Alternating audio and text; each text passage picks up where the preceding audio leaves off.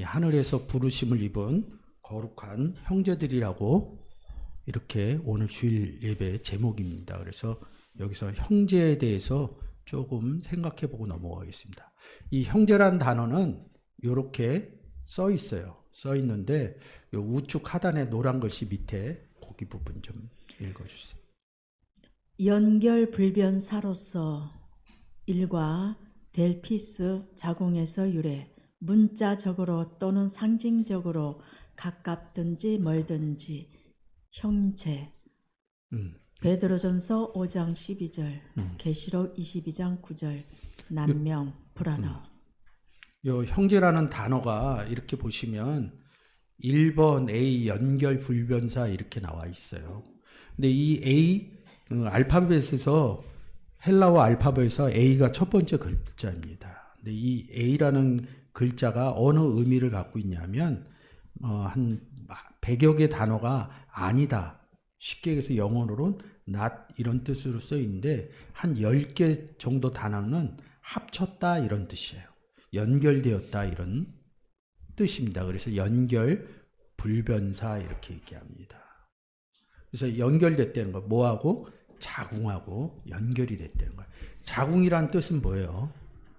임신의 의미를 내포하고 있는 거죠. 그래서 임신되었다 이런 뜻으로 생각이 되어집니다.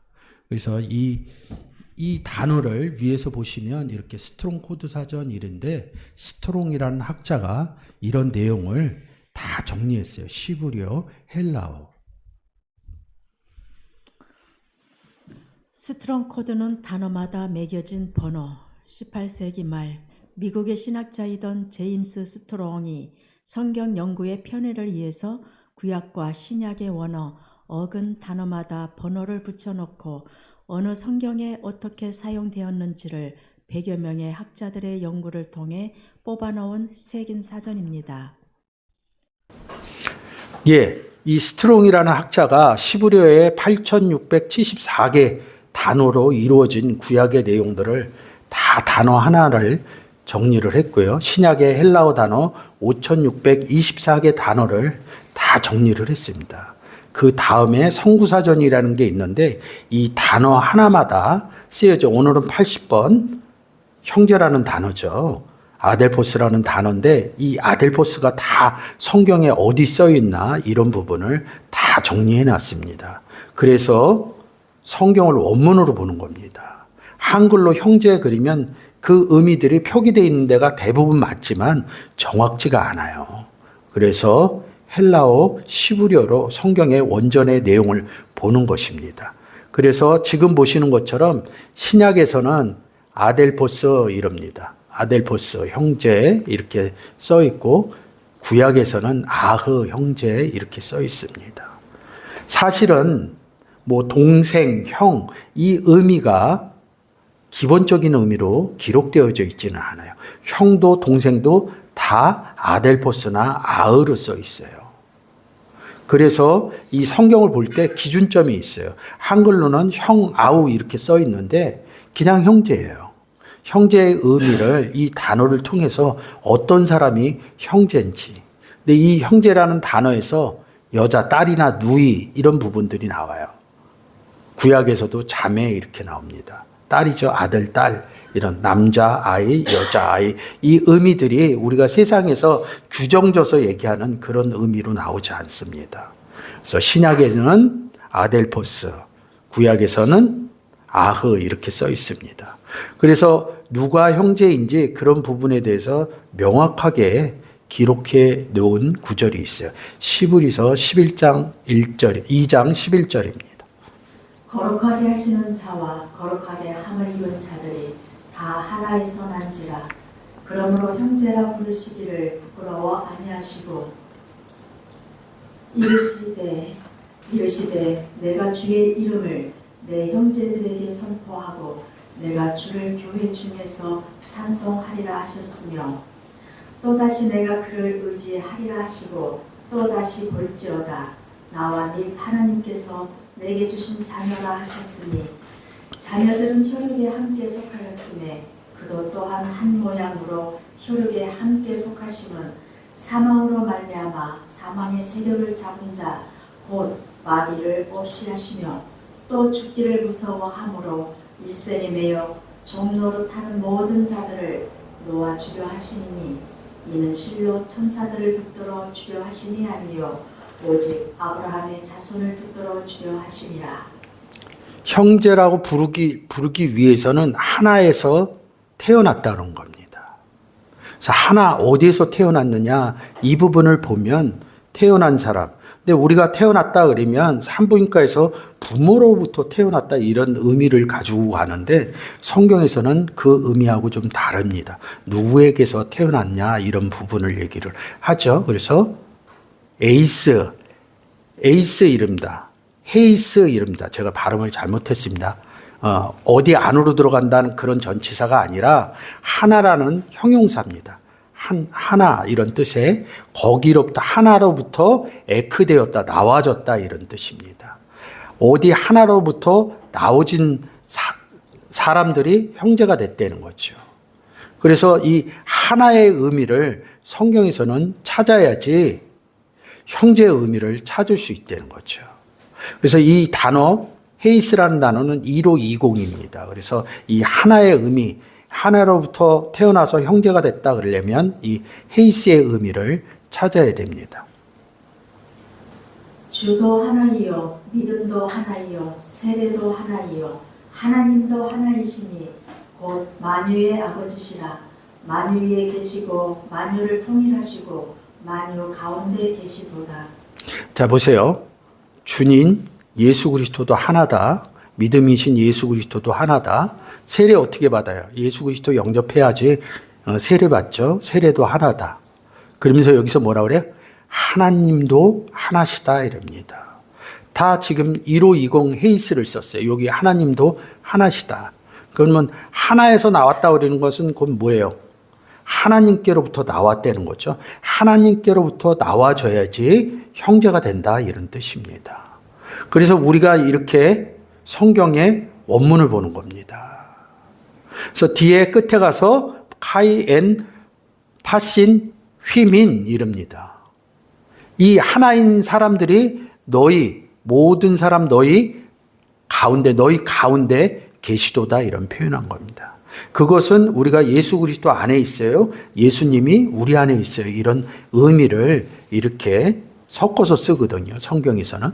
그러니까 이 부분들을 잘 알아야겠죠. 여기서 제일 중요한 거는 하나님도 하나라는 거죠. 이 하나의 의미가 깨달아야 하나에서 태어난 사람. 그러면 우리가 하나님 앞에서 하나님께로부터 어떻게 태어났느냐 이 부분을 보면 되겠죠. 하나님께로부터 에크되어야지 태어나줘야지 뭐예요? 형제가 된다는 거죠. 하나님께로부터 나와지지 않으면 형제가 될 수가 없다는 거죠. 성경에서. 근데 우리는 엄마 뱃속에서 나온 그런 에크되어서 나온 이런 부분만 생각을 해요. 근데 성경은 하나님께로부터 낮은 부분을 잘 설명해 놓고 있습니다. 요한복음 12장 13장.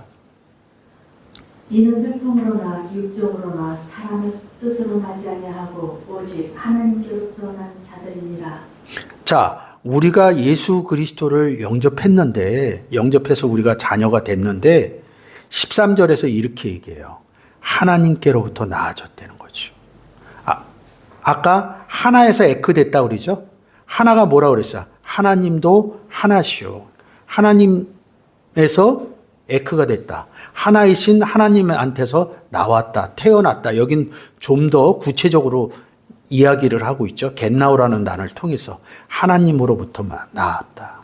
좀 전에 보시면 죄송합니다. 좀 전에 보시면 하나님이 하나시다. 한 번 더 갈게요. 하나에서 난지라. 하나가 뭐예요? 이 뒤에서 가면 하나님도 하나시다. 그러면서 여기서 뭐라 그래요? 하나님께로부터 에크됐다. 태어났다. 겟나우. 태어났다. 이럽니다. 그러면 하나님께로부터 태어나려면 어떻게 해요? 예수 그리스도를 영접하는 자가 되면 하나님께로부터 태어났다는 거죠. 산부인과 가는 게 아닙니다.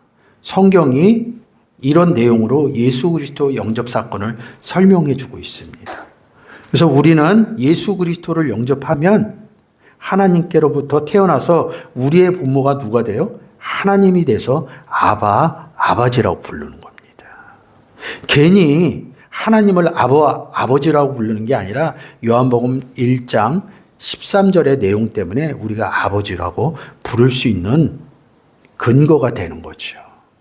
그러니까 하나님께로부터 났다 이런 부분들을 많이 이야기하고 있습니다. 1장 시브리서 1장 5절 한번 읽어주세요. 하나님께서 어느 때의 천사 중 누구에게 네가 내 아들이라 오늘날 내가 너를 낳았다 하셨으며 또다시 나는 그에게 아버지가 되고 그는 내게 아들이 되리라 하셨느뇨. 신약에 와서 예수 그리스도를 영접하면 과거 얘기를 하지 않아요. 미래 얘기를 하는데 그보다 더 중요한 게 이 오늘날 세메노입니다. 오늘날 어떻게 됐다는 거예요? 구원받았다는 거죠. 예수 그리스도를 영접해서 너희 구원받았다 이런 의미가 뭐냐면 오늘날이라는 거예요. 내가 누구예요? 여기서 내가 누구예요? 하나님이 너를 낳았다는 거죠. 그러면 하나님이 너를 우리가 예수 그리스도를 영접해서 하나님이 나를 낳으셨구나. 그러려면 그것만 얘기하는 게 뭐예요?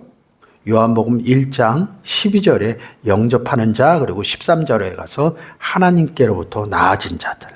이 부분이 명확해져야겠죠. 그러니까 우리가 산부인과에서 낳은 생물학적인 출생을 얘기를 하는 게 아니라 뭐예요? 성경에서는 예수 그리스도를 통해서 영접 사건을 통해서 구원을 이룬 자들이 하나님께 나아졌다는 거죠. 이 부분을 성경적으로 제가 지금 정리해 드리는 겁니다. 고린도후서 5장 18절입니다. 모든 것이 하나님께로 났나니 저가 그리스도로 말미암아 우리를 자기와 화목하게 하시고 또 우리에게 화목하게 하는 직책을 주셨으니 모든 것이 하나님께로부터 났나니 이렇게 얘기하고 있어요. 그러면 모든 것을 만들었다 이런 세상 만물 성경은 딱 사람에 관한 얘기만 합니다. 이 사람이 어떻게 해요? 구원 얻은 사람. 위에서 설명한 것처럼 구원을 얻기 위해선 예수 그리스도를 영접해야겠죠. 이 모든 것이 그럴 때 판타, 파스 이렇게 씁니다. 원문으로. 판타, 모든 이런 게. 모든 사람. 어느 모든 사람? 구원 얻은 모든 사람이 하나님께로 났다.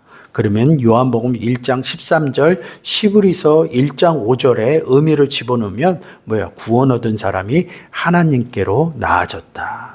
그래서 그리스도를 통해서 우리를 자기와 하나님과 화목해 하시고 또 우리에게 화목해 하는 직책을 줬다 이거죠. 복음 전하는 직책을 줬다는 거죠. 야고보서 1장 18절. 그가 그 조물 중에 우리로 한 첫 열매가 되게 하시려고 자기의 뜻을 쫓아 진리의 말씀으로 우리를 낳으셨느니라. 우리가 어떻게 첫 열매가 돼요? 고린도 전서에 가면 15장에 가면 첫 열매가 되신 예수 그리스도를 이렇게 얘기를 합니다. 그러면 예수 그리스도가 첫 열매니까 우리가 순차적으로 하면 두 번째 열매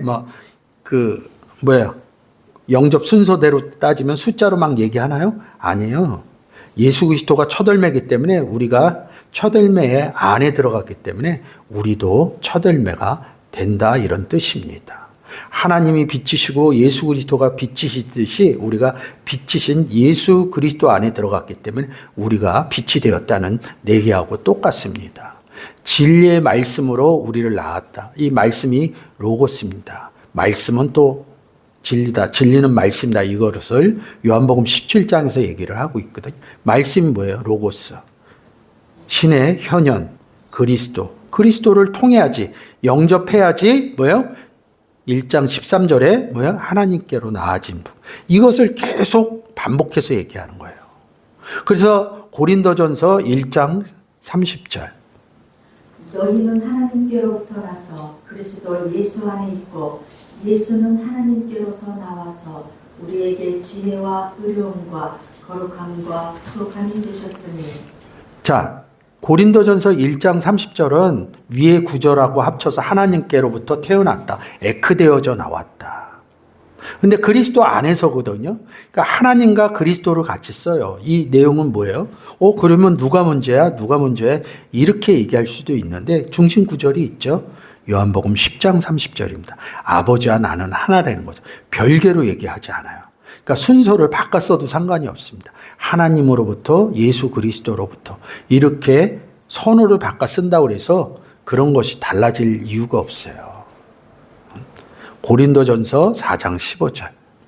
그리스도 안에서 일만 스승이 있으되 아비는 많지 아니하니 그리스도 예수 안에서 복음으로써 내가 너희를 낳았음이라. 저희가 예수 그리스도를 영접해서 하나님께로부터 나아지고 예수 그리스도 안에 있다 그러면 그것으로 구원의 끝이 아닙니다. 예수 그리스도를 영접하면 교회를 나옵니다. 교회 나와서 오늘처럼 예배 생활을 합니다. 예배 생활만 하고 끝날까요? 그 다음에 이루어지는 게 복음 전도 생활이죠. 사도 바울의 이야기입니다. 그리스도 안에서 복음으로써 그리스도 안에 있는 복음으로써 복음을 전해서 너를 전도시켰다. 너를 구원시켰다. 이런 것이 너희를 낳았습니다. 하나님께로부터 나아진 자는 고린도전서 4장 15절처럼 복음을 전해서 구원의 사역을 이뤄가는, 그래서 우리도 낳는, 자녀를 낳는 이런 일들을 해야 되는 것이 나아진 사람들의 삶이라는 거죠. 그런 것이 또 뭐예요? 형제로서의 책무라는 거죠. 형제가 된 사람들은 뭐예요? 고린도전서 4장 15절의 일들을 해나가야 됩니다. 자녀를 낳는 거죠. 세상도 부모로부터 태어나면 지금은 좀 다릅니다만 저희 세대에는 제일 큰 효도가 결혼 잘해서 그 손주나 손녀를 낳아주는 게 우리의 삶의, 인생의 삶의 큰 목표였습니다. 그게 잘 사는 거다 이렇게 얘기를 했는데 성경에서는 구원 얻은 자가 잘 사는 것이 뭐냐면 그리스도 예수 안에서 복음으로써 나아는 전도를 통해서 구원 얻는 자를 만드는 것이 하나님 앞에 아주 신실한 행동입니다. 그래서 나았다 이렇게 얘기를 했습니다. 요한복음 1장 12절에 여기 겟나와야 돼 있다. 그러니까 나은 의미가 뭐냐 이거죠. 하나님께로부터 나아졌다 그런데 요 겟나 태어났다 이런 의미로 보겠습니다. 요한복음 1장이죠. 그러니까 아이를 낳으려면 어떻게 해야 돼요? 우리가 예수 그리스도 안에 들어갔더니 고린도전서에서 뭐라 어린아이라고 합니다. 어린아이가 크면 뭐예요? 결혼하죠. 그래서 요한복음 2장에 결혼 사건을 써놓은 것입니다. 그 결혼 사건이 끝나면 3장에서 내용이 나오는데 그때 내용이 뭐예요? 하나님이 세상을 이처럼 사랑하사 독생자를 주는 이런 내용을 합니다. 근데 3장에 이 3장 16절을 이야기하기 전에 누구를 만나요? 3장 1절에서부터 유대인의 관원인 니고데모를 만납니다. 그래서 요거 쭉 한번 읽어주세요. 예수께서 대답하여 가라사대 진실로 진실로 내게 이르노니 사람이 거듭나지 아니하면 하나님 나라를 볼 수 없느니라. 니고데모가 가로되 사람이 늙으면 어떻게 날 수 있었나이까? 두 번째 모태에 들어갔다가 날 수 있었나이까? 예수께서 대답하시되 진실로 진실로 내게 이르노니 사람이 물과 성령으로 나지 아니하면 하나님 나라에 들어갈 수 없느니라. 육으로 난 것은 육이요 성령으로 난 것은 영이니 내가 네게 거듭나야 하겠다 하는 말을 귀히 여기지 말라. 바람이 임으로 불매 내가 그 소리를 들어도 어디서 오며 어디로 가는지 알지 못하나니 성령으로 난 사람은 다 이러하니라. 이 겟나오 지금 보시는 것처럼 요한복음 1장 13절로 보면 하나님께로부터 난 자들이죠. 그래서 이 겟나오가 제일 많이 써져 있는 요한복음 3장서부터 본 겁니다. 니고데모하고 얘기를 하는 거죠. 근데 4절에서 뭐라 그래요? 두 번째 모태에 들어갔다. 그러니까 생각하는 게 달라요. 이 예수 그리스도가 유대인들하고 얘기를 하면 그 내용들이 달라요. 이 유대인들은 사람의 생활 방식, 생물학적 이런 방식으로 얘기를 합니다. 근데 예수 그리스도가 얘기하는 것은 구원의 방식으로 얘기를 합니다. 거듭난다. 안 어떤 겟나오 하늘로부터 난다. 이런 의미입니다. 그래서 이게 지금 나지, 날, 나지, 난 이렇게 쭉 써놓은 겁니다. 성령으로 났다. 근데 여기서 하나님께로부터 난 자들이다. 이렇게 말씀하고 계시죠. 하나님은 영이시니 하나님은 성령이시니 그러니까 하나님 성령으로 난 사람이 누구예요? 영접받은 사람이란 거죠. 그래서 성령으로 난 것은 영이니 주와 합한 자는 한 영이다. 이런 의미로 되는 것이죠. 예수 그리스도를 영접해야지만 하나님께로부터 나아져야지만 하나님 나라에 들어갈 수 있는 것이죠. 그러니까 하나님 나라에 들어가려고 너무 애쓰지 말려. 천국에 너무 가려고 애쓰지 마세요. 그보다 앞에서 얘기한 것처럼 그냥 예수 그리스도를 영접하면 하나님 나라 가는 것입니다. 그리고 하나님 나라 가는 사람들의 삶의 표본은 예수 그리스도께서 그랬듯이 12제자께서 그랬듯이 사도 바울께서 그랬듯이 복음 전하는 삶을 살아간다는 거죠. 그런 사람들이면 하나님 나라 들어간다는 거죠. 삶의 모습에서 어떤 사람들이 복음을 전해요? 영접한 사람들이 복음 전되는 거죠. 영접하려면 그 영접의 의미가 내 안에 하나님이 계시고 내 안에 예수 그리스도가 계심을 알아야 하나님 나라에 들어가는 복음 전도 생활을 하시게 됐다는 거죠. 그러니까 이런 부분들이 다른 것이죠. 그래서 형제라는 게 뭐예요? 한 근회선에서 나왔다는 거죠. 다시 얘기하면 요한복음 1장 13절에 하나님께로부터 나아진, 영접해서 하나님께로부터 나아진 자들.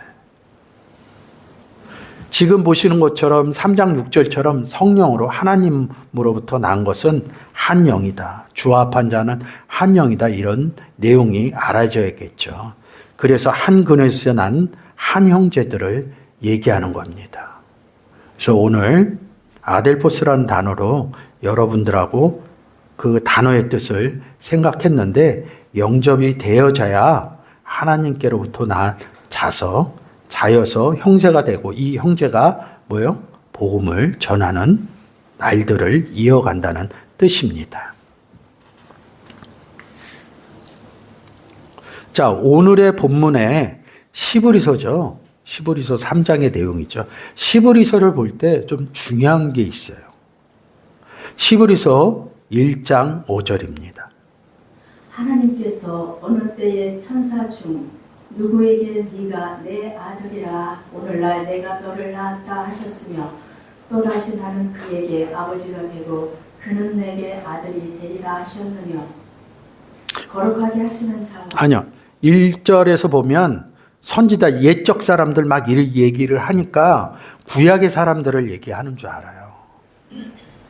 근데 시브리서 1장의 5절에 와서 과거 얘기를 하지 않고 오늘날 이렇게 얘기합니다. 내가 내 아들이라 구원받으면 하나님의 아들이라고 그러죠. 그렇죠? 하나님 영으로 인도함 받는 사람은 하나님의 아들이다. 그리스도를 통하여 하나님의 아들이 되었다. 근데 이것을 자꾸 구약의 의미, 내가 영접한 내가 하나님의 아들인지 모르는 거죠. 그래서 오늘날 내가 누구야? 하나님께서 너를 낳았다는 거죠.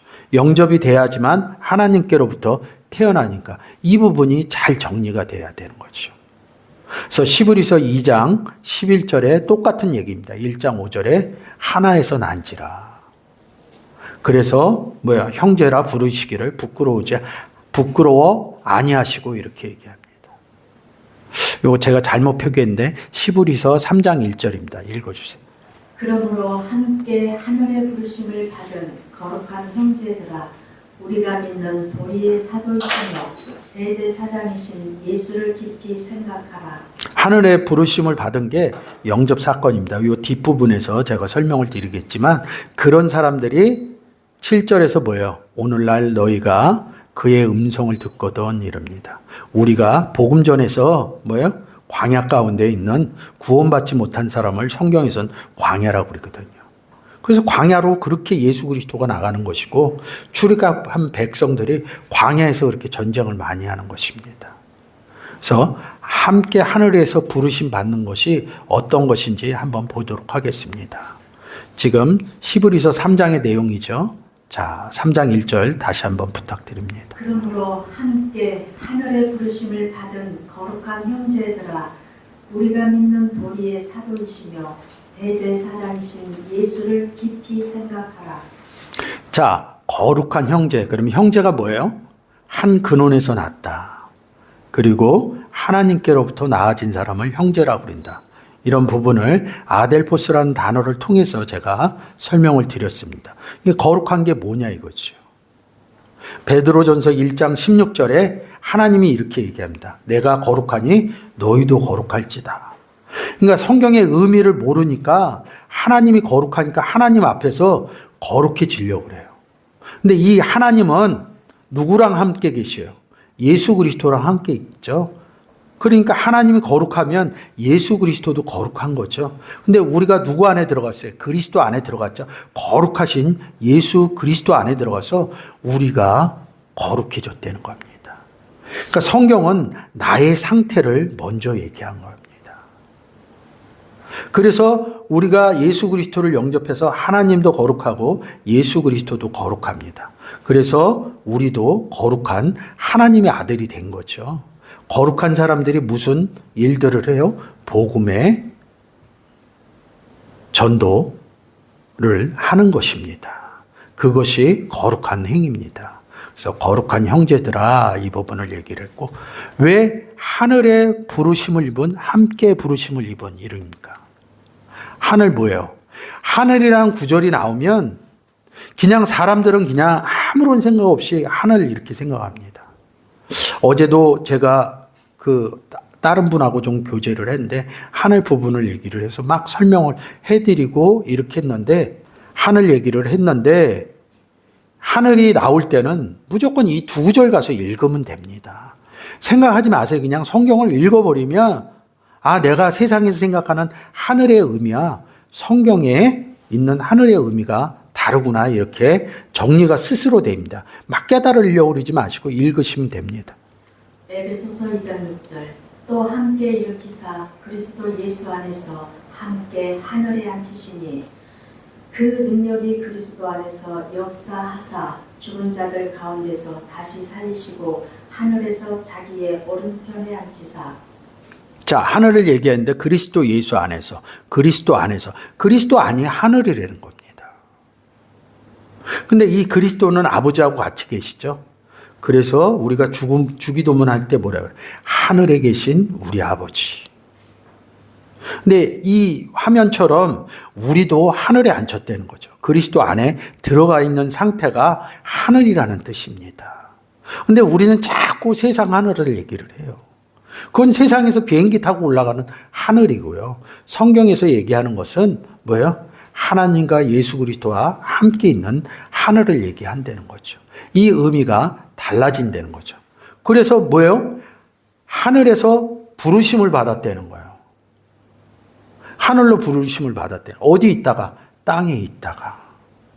예수 그리스도를 영접하면 하늘로 올라간다. 그리스도 예수 안에서 하늘에 앉힌 사건 얘기하는 겁니다. 그래서 하늘에서 소리도 나고, 하늘에서 주기도문 할 때 하늘에서 이루어진 것 같이 구원 얻은 사람은 어떻게 돼요? 지금 보시는 것처럼 하늘에 앉힌 사건이 된 거죠. 예수 그리스도를 영접해서 하늘에 앉힌 사건이. 그러니까 하늘에서 이루어진 게 뭐냐 이거죠. 주기도문 하는 사람들이 누구예요? 교회 나오면 제일 먼저 배우는 게 주기도문입니다. 교회 왜 나와요? 예수 그리스도 영접해서 나오는 겁니다. 성경이 아주 기본적인 것을 가르쳐요. 너 구원 얻은 자다. 그렇기 때문에 너는 하늘에서 이루어진 사람이다. 하늘에서 이루어진 사람이 뭐예요? 성장하면 예수 그리스도를 전하고 다니죠. 어디에다? 내가 구원받기 전에 성경에서는 땅에 있었다. 그래서 하늘에 앉혀진 내가 구원 얻지 못한 땅에 있는 사람들에게 복음을 예수 그리스도를 전하는 겁니다. 그래서 하늘에서 인자가 내려옵니다. 그게 요한복음 3장 16절. 인자 외에는 하늘에서 내려온 자가 없다 이렇게 얘기를 하는 겁니다. 그래서 우리가 예수 믿으세요 해갖고 땅에 있는 구원 얻지 못한 사람들이 뭐예요? 예수 그리스도를 믿으면 저희처럼 하늘에 지금 보여지시는 그리스도 예수 안에서 하늘에 앉은 사건이 이루어지는 거죠. 누가 데리고 올라가요? 예수 그리스도가 데리고 올라가는 겁니다. 그래서 하늘에서 내려온 인자 외에 하늘로 올라간 자가 없느니라. 이것은 뭐 하늘에서 내려와서 하늘로 올라갔다 이런 게 아니라 예수 그리스도를 통해서 하늘에 앉히는 구원의 사건을 얘기하는 겁니다. 그래서 하늘에서 불로 칼레오 했다 이런 뜻입니다. 클레시스 이렇게 써갖고 말씀을 하는 겁니다. 그래서 대제사장 이럽니다. 하늘에서 부르심을 입은 거룩한 형제들 이럽니다. 대제사장이죠. 대제사장을 뭐라 그래요? 아르키에류스 이릅니다. 근데 이 단어가 아르코라는 단어에서 와갖고 아르케, 태초라는 단어에서 옵니다. 그래서 아르코마이를 조금 보셔야 돼요. 자, 아르코마이 그런데 사도행전 8장 35절. 빌립이 입을 열어 이 글에서 시작하여 예수를 가르쳐 복음을 전하니. 성경은 시작할 때 뭐예요? 복음 전하는 얘기를 합니다. 사도행전 11장 15절. 내가 말을 시작할 때에 성령이 저희에게 임하시기를 처음 우리에게 하신 것과 같이 하는지라. 이거 누가 얘기하는 거예요? 베드로가 얘기하는 거죠.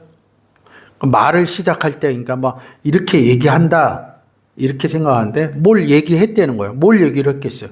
예수 그리스도를 얘기한 거죠. 이 내가는 누구예요? 베드로죠. 구원 얻은 베드로죠. 형제죠. 그러니까 복음 전하는 얘기를 하는 겁니다. 그럼 누굴 전해요? 예수 그리스도를 전하는 거죠. 근데 왜 성령이 저희에게 임하시기를?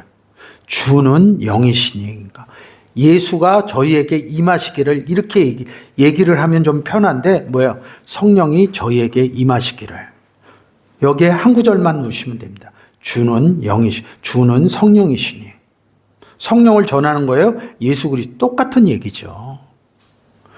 예수 그리스도도 누가복음 3장 23절에서 예수께서 가르치심을 시작할 때에 30세쯤 되십니다. 똑같죠. 아르코이마이라는 것은 뭘 시작한다는 거죠? 복음의 시작이죠. 복음 전하는 것을 얘기하는 겁니다. 이 아르케라는 단어, 처음이라는 단어에서 이 시작하는데 이 아르케라는 단어가 나오는 거예요. 좀 전에 아르코마이를 봤잖아요. 이 아르케가 나오는 겁니다. 계시록 21장 13절.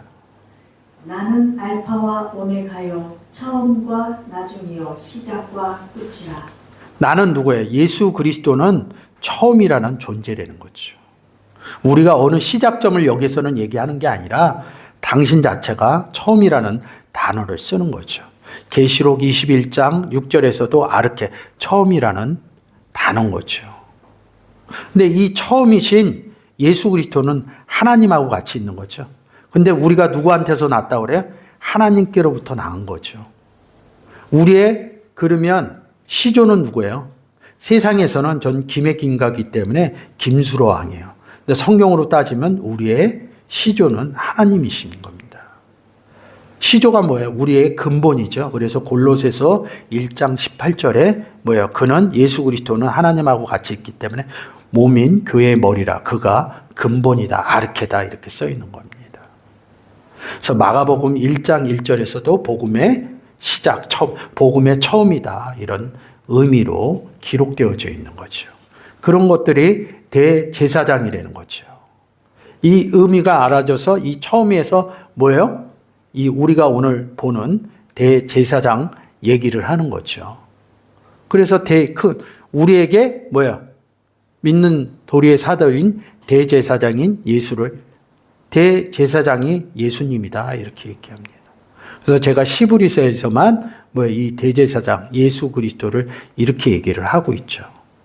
근데 여러분들이 잘 아시는 것처럼 마태복음 26장 59절.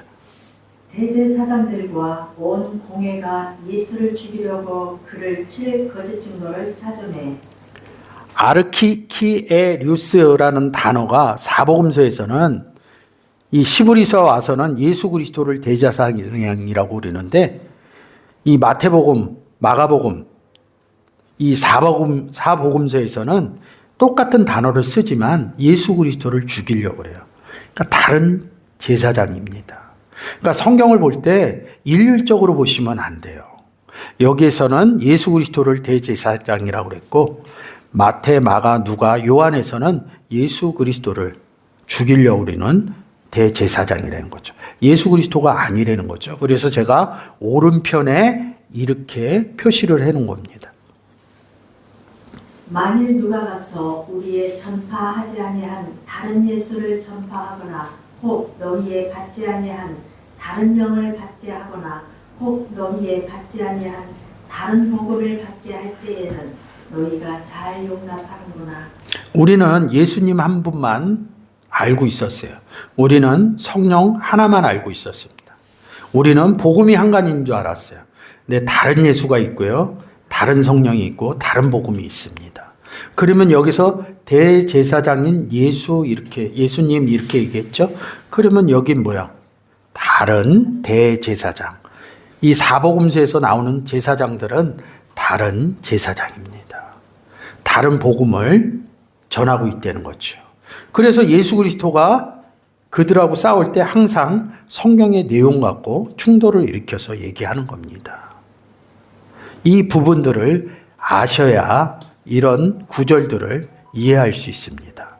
그러면서 뭐라고 그래요? 깊이 생각하라. 왜 대제사장인 예수를 왜 깊이 생각하라는, 누구 보고 깊이 생각하라는 거야? 거룩한 하늘의 부르심을 거룩한 여러분 보고 깊이 생각하라는 겁니다. 막 예수를 막 깊이 생각해야 돼요? 그런 의미로 읽혀지는데 이 단어가 깊이 생각하라가 메토코스입니다. 깊이 생각하라. 근데 이 단어는 어디에서 와요? 3348에서 유래했다고 그럽니다. 그래서 3348 뭘 나누다 참여하다 이런데 이 단어가 카타라는 3326과 2192 소유하다 이런 뜻입니다. 여러분은 뭘 소유했어요? 사도행전에서 얘기하죠. 성전 비문에 앉아있던 사람에게 베드로가 금가운 주지 않습니다. 뭘 줘요? 내가 가지고 있는 것을 너희에게 주네. 베드로가 가지고 소유하고 있는 것은 뭐가 있어요? 예수 그리스도뿐이 없어요. 여러분도 소유하고 있는 것은 예수 그리스도뿐이 없어요. 하늘에 부르심을 입은 예수 그리스도를 영접해서 하늘에 태어난 사람들은 뭐예요? 예수 그리스도가 나와 함께 있음을 깊이 생각하라는 것 뜻입니다. 너는 예수 그리스도를 애코하고 있다, 소유하고 있다 이럽니다. 근데 우리는 잊어버려요. 특히 예수 그리스도를 영접해서 교회에 나오기 시작하면 저도 굉장히 기쁘고 즐거웠어요. 근데 교회 생활하면 잊어버려요.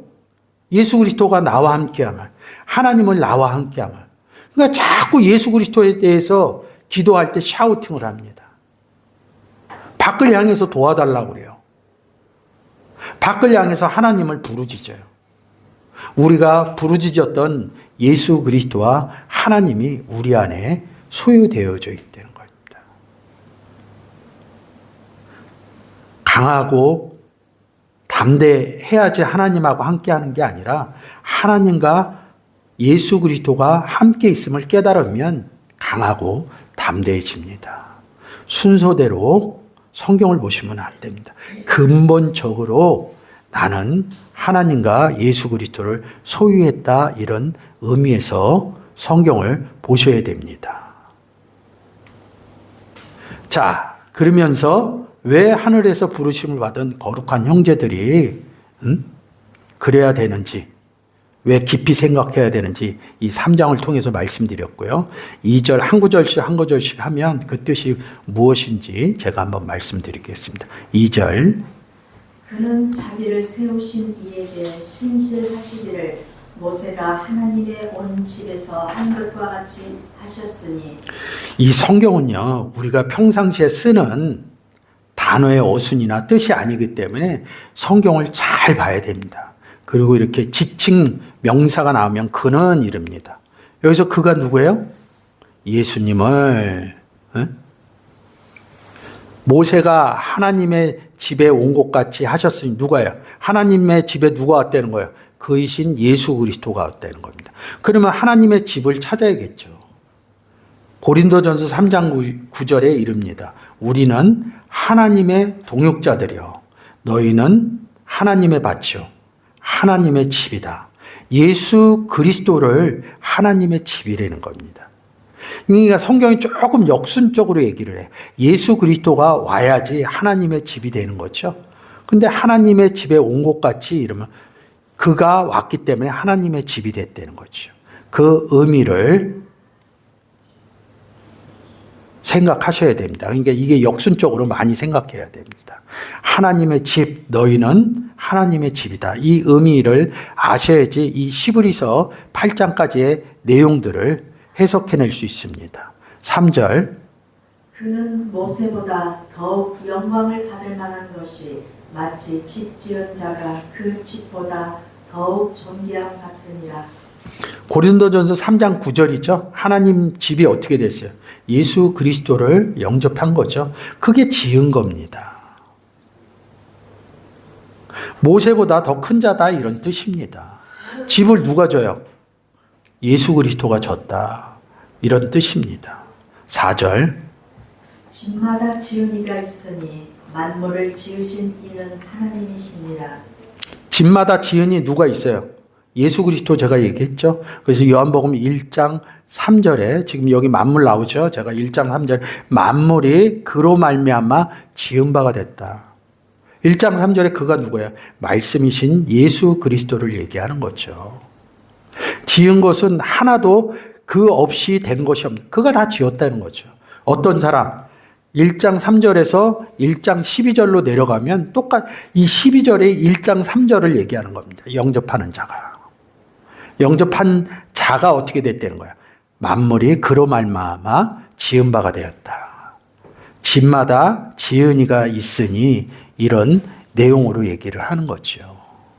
이 내용을 잘 보셔야 됩니다. 5절. 또한 모세는 장래에 말할 것을 증언하기 위하여 하나님의 온 집에서 종으로서 신실하였고. 하나님 집을 생각을 하시고요. 종으로서 신실하였고, 그러니까 모세가 종이다 이거 맞죠? 모세만 종이에요? 근데 여기에서 그냥 구약의 모세 얘기로만 가는 거예요. 근데 이거 언제 써 있어요? 신약이죠. 그리고 시브리서 얘기할 때 제일 중요한 게 뭐냐면 오늘날이 제일 중요한 거예요. 오늘날이 누가 해당이 돼요? 우리는 그리스도의 종 아니에요? 이제 자기는 항상 빠뜨리는 거예요. 역사적인 2000년 전 아니면 구약의 역사적인 의미로 갑니다. 성경은 다 현재 사건으로 이루어져서 미래 사건으로 넘어가는 얘기를 하고 있어요. 과거는 뭐예요? 내가 구원 얻은 때를 과거라고 그럽니다. 지금 오늘 제가 얘기하는 것도 지금 현재잖아요. 그래서 종이라는 겁니다. 사환 이럽니다. 이 종이란 단어가 좀 달라요. 테라폰 해갖고 이 구절에서만 한 구절 써 있어요. 근데 이 단어는 어디에서 오냐면 여름이라는 단어에서 와요. 여름이라는 단어는 테로스라는 단어인데 추수의 의미로 거둔다 이런 의미로 이 여름이라는 단어가 쓰여집니다. 그 여름이란 단어에서 때리죠. 추수하다, 때리스모스, 추수, 그리고 때라 스테스 해갖고 추수꾼 이런 얘기. 그러니까 여기서 종은 뭐예요? 추수꾼의 얘기를 하는 겁니다. 복음을 전해서 열매를 걷어내는 구원의 사역을 얘기하는 거죠. 그 모세가 종이다 이건 맞아요. 우리는요. 오늘날이 된 우리도 종이어서 뭐예요? 추수하는 종으로 신실하였고 이렇게 얘기합니다. 6절. 그리스도는 하나님의 집을 맡은 아들로서 그와 같이 하셨으니 우리가 소망의 확신과 사랑을 끝까지 굳게 잡고 있으면 우리는 그의 집이라. 집마다 지은이가 있으니 4절 보시고 하나님의 집, 그리고 6절 끝에 가서 뭐예요? 우리는 그의 집이다. 왜요? 집마다 지은이가 있어서. 이 집마다 지은이가 누구예요? 믿는 도리의 사도이신 대제사장인 예수님을 얘기하는 거죠. 예수님이 우리 안에 있기 때문에 뭐예요? 우리는 그의 집이다. 너희는 하나님의 집이다. 이런 얘기를 하는 겁니다. 우리의 상태를 얘기를 해주는, 구약 얘기를 해주려고 한 게 아니에요. 사실은. 너희는 뭐예요? 예수 그리스도를 깊이 생각하라가 뭐야? 소유하고 있다. 이걸 잊어버리시면 안 돼요. 근데 우리는 예수 그리스도를 오래전에 영접해갖고 그걸 잊어버려요. 자꾸 교회 생활을 얘기해. 교회 생활 잘 하셔야 됩니다. 근데 그보다 교회 생활하는 의미가 왜 하는 거예요? 예수님이 나와 함께하고 있기 때문에. 하나님이 나와 함께하고 있기 때문에. 오늘 주일날 왜 예배드려요? 하나님과 예수 그리스도가 영접하고 나와 함께 있는 것을 이 예배 시간을 통해서 제가 계속 반복해서 말씀드리는 겁니다. 그래서 이렇게 된 사람들이 7절에 8절에 광야를 나가는 겁니다. 광야에는 뭐가 없어요? 물이 없죠. 근데 물은 누가 갖고 있어요? 성경에. 내 배에서 예수 그리스도가 그냥 물이 있는 게 아니라 생수의 강이 있다는 겁니다. 그러면 이 생수의 강이 어디 있어요? 집마다 지으신 우리가 그의 집이다. 집이 된 사람 안에 뭐예요? 제 안에, 여러분 안에 예수 그리스도의 생수의 강이 있는 거죠. 그래서 우리가 나가서 어디 가서 복음을 전하는 거예요? 물이 없는 광야, 예수 그리스도가 없는 사람을 광야라고 합니다. 그래서 7절에 그의 음성을 전하는 겁니다. 그런 사람들이 복음받아야 될 사람들이 왜 마음이 완고해야 돼요? 왜 마음이라는 단어를 써요?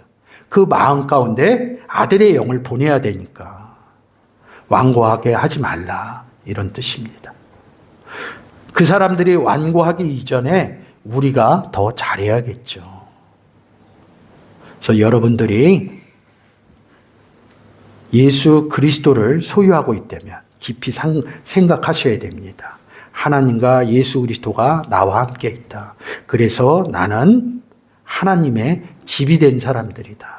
집이 된 사람들은 뭐예요? 광야에 나가서 메마른 땅에 물을 대줘야 된다는 거죠. 물을 대주는 방법은 예수 그리스도 믿으세요 하는 한 방법하고, 오늘 고린도후서 11장 4절에 다른 예수, 다른 성령, 다른 복음을 알고 있는 사람들에게 올바른 예수님과 올바른 성령님과 올바른 복음을 성경의 내용으로 광야 가운데 물을 대는 사건을, 복음을 전하는 사건이 여러분들 삶 가운데서 이루어지시길 주의 이름으로 축원드립니다.